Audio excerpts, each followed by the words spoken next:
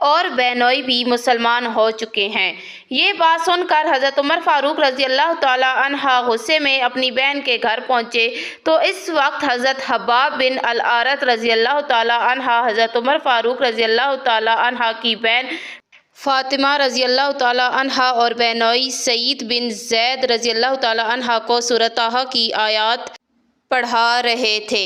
حضرت عمر فاروق رضی اللہ تعالیٰ عنہ نے گھر میں داخل ہو کر پوچھا کہ تم لوگ کیا کر رہے تھے؟ بہن اور بہنوئی نے کہا باتیں کر رہے تھے۔ یہ سن کر حضرت عمر فاروق رضی اللہ تعالیٰ عنہ نے کہا میں سن چکا ہوں تم دونوں بے دین ہو چکے ہو، اور اسی غصے میں بہنوئی کو مارنا شروع کر دیا۔ شوہر کو بچانے کی کوشش میں ان کی بہن فاطمہ رضی اللہ تعالیٰ عنہ کے سر پر چوٹ لگی اور سر سے خون بہنا شروع ہو گیا۔ اس پر فاطمہ رضی اللہ تعالیٰ عنہ نے کہا عمر تم سے جو بن آئے کرو، میں تو مسلمان ہو چکی۔ خون دیکھ کر حضرت عمر فاروق رضی اللہ تعالیٰ عنہ کا دل نرم ہوا اور کہا بتاؤ تم کیا پڑھ رہی تھی؟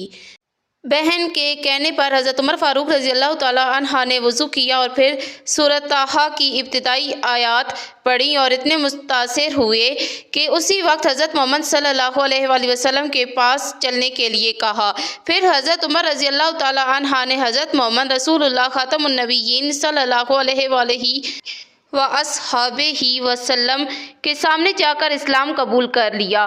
حضرت حمزہ رضی اللہ تعالیٰ عنہ کے بعد حضرت عمر رضی اللہ تعالیٰ عنہ کے اسلام قبول کر لینے سے مسلمانوں کی قوت اور اعتماد میں اضافہ ہوا اور انہوں نے خانہ کعبہ میں جا کر اعلانیہ نماز پڑھنا شروع کر دی۔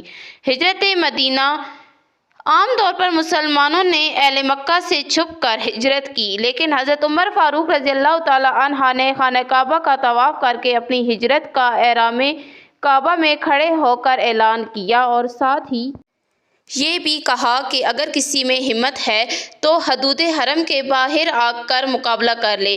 اس واقعے کے بعد حضرت عمر رضی اللہ تعالیٰ عنہ کا لقب فاروق رکھا گیا۔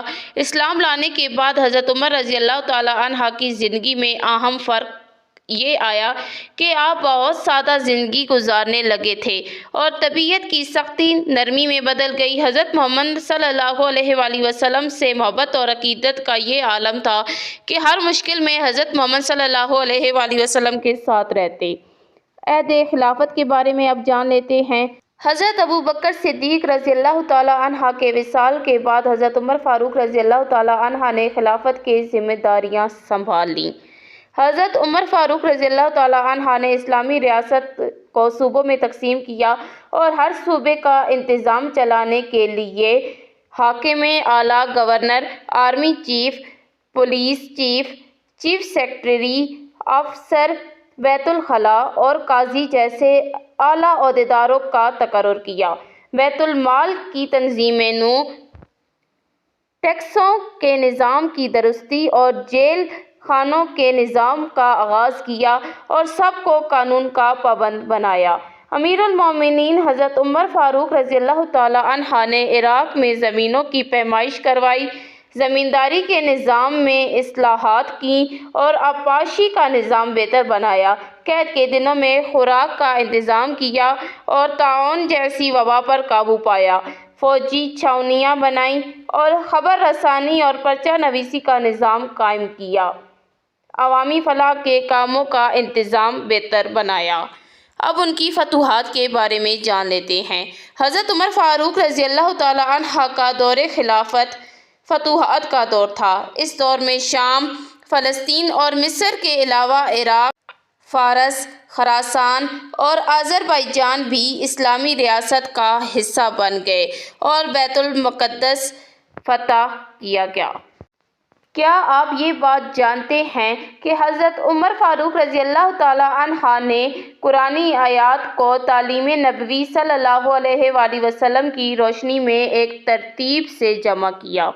اب جان لیتے ہیں کہ حضرت عمر فاروق رضی اللہ تعالیٰ عنہ کی شہادت کیسے ہوئی۔ اسلام دشمن لوگ اپنی ناکامیوں کی وجہ سے مایوس ہو کر مسلمانوں کے دوسرے خلیفہ حضرت عمر فاروق رضی اللہ تعالیٰ عنہ کو شہید کرنا چاہتے تھے۔ حضرت عمر فاروق رضی اللہ تعالیٰ عنہ پر مسجد نبوی صلی اللہ علیہ وآلہ وسلم میں فجر کی نماز پڑھاتے ہوئے ایک مجوسی غلام ابو لولو فیروز نے خنجر سے حملہ کیا اور فرار ہونے کی کوشش کی۔ پکڑے جانے پر اس آتش پرست غلام نے خود کو ہلاک کر دیا۔ حضرت عمر فاروق رضی اللہ تعالیٰ عنہ زخموں سے جانبر نہ ہو سکے اور انتقال فرما گئے۔ حضرت عمر رضی اللہ تعالیٰ عنہ کی تدفین حضرت محمد رسول اللہ صلی اللہ علیہ وآلہ وسلم اور حضرت ابوبکر صدیق رضی اللہ تعالیٰ عنہ کے پہلو میں کی گئی۔ حضرت عمر فاروق رضی اللہ تعالیٰ عنہ نے پوری زندگی بہادری سے گزاری۔ انہوں نے حق و باطل میں فرق واضح کیا اور دیدہ دلیری کے ساتھ اپنے قول و فعل سے اس کا اظہار بھی کیا۔ اپنے دور خلافت میں آج کے حکمرانوں کے لیے کئی قابل تقلید مثالیں چھوڑی۔ ہمیں چاہیے کہ اپنی عملی زندگی کے لیے حضرت عمر فاروق رضی اللہ تعالیٰ عنہ کی سیرت سے رہنمائی حاصل کریں۔ آج کی ویڈیو بہت ہی اہم تھی، ایک ایسے خلیفہ کے بارے میں تھی جنہوں نے اسلام کی خاطر اپنا سب کچھ وار دیا۔ اگر آپ کو آج کی ویڈیو پسند آئی ہے تو میرے چینل کو لائک کریں، شیئر کریں، زیادہ سے زیادہ سبسکرائب کریں۔ میں ملوں گی جلد ہی کسی نیو ویڈیو کے ساتھ، کچھ اہم معلومات کے ساتھ۔ تب تک کے لیے وآخر دعوانا ان الحمد للہ رب العالمین۔